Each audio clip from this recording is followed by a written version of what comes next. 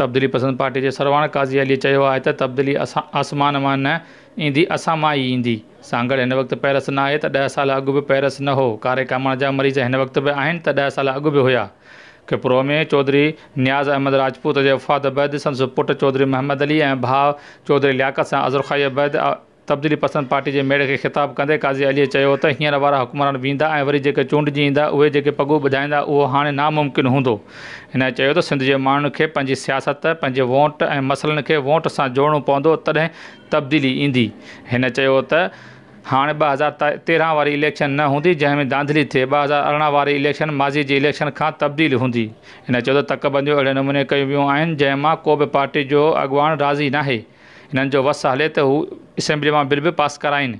हिन चयो त असुलु तब्दीली नेब या कंहिं ॿिए सिस्टम सां न ईंदी आहे, तब्दीली सिर्फ़ु वोट सां ई ईंदी। मुख़्तलिफ़ सॻारा माण्हू जॾहिं पाण में टकराव में ईंदा आहिनि त उनजो फ़ाइदो ग़रीब अवाम खे थींदो आहे। काज़ी अलीअ चयो त मुल्क जा सियासतदान ऐं हुकुमरान इहो सम्झनि था त सिंध जा माण्हू बेवकूफ़ आहिनि, जंहिंखे सादनि लफ़्ज़नि में सादड़ो माण्हू चयो वेंदो आहे, पर सिंध जे माण्हुनि खे बेवकूफ़ सम्झनि था। हिन चयो त उन जो मक़सदु छा सिंध जा किरोड़े माण्हू बेवकूफ़ आहिनि जिन खे बेवकूफ़ बनायो पियो वञे।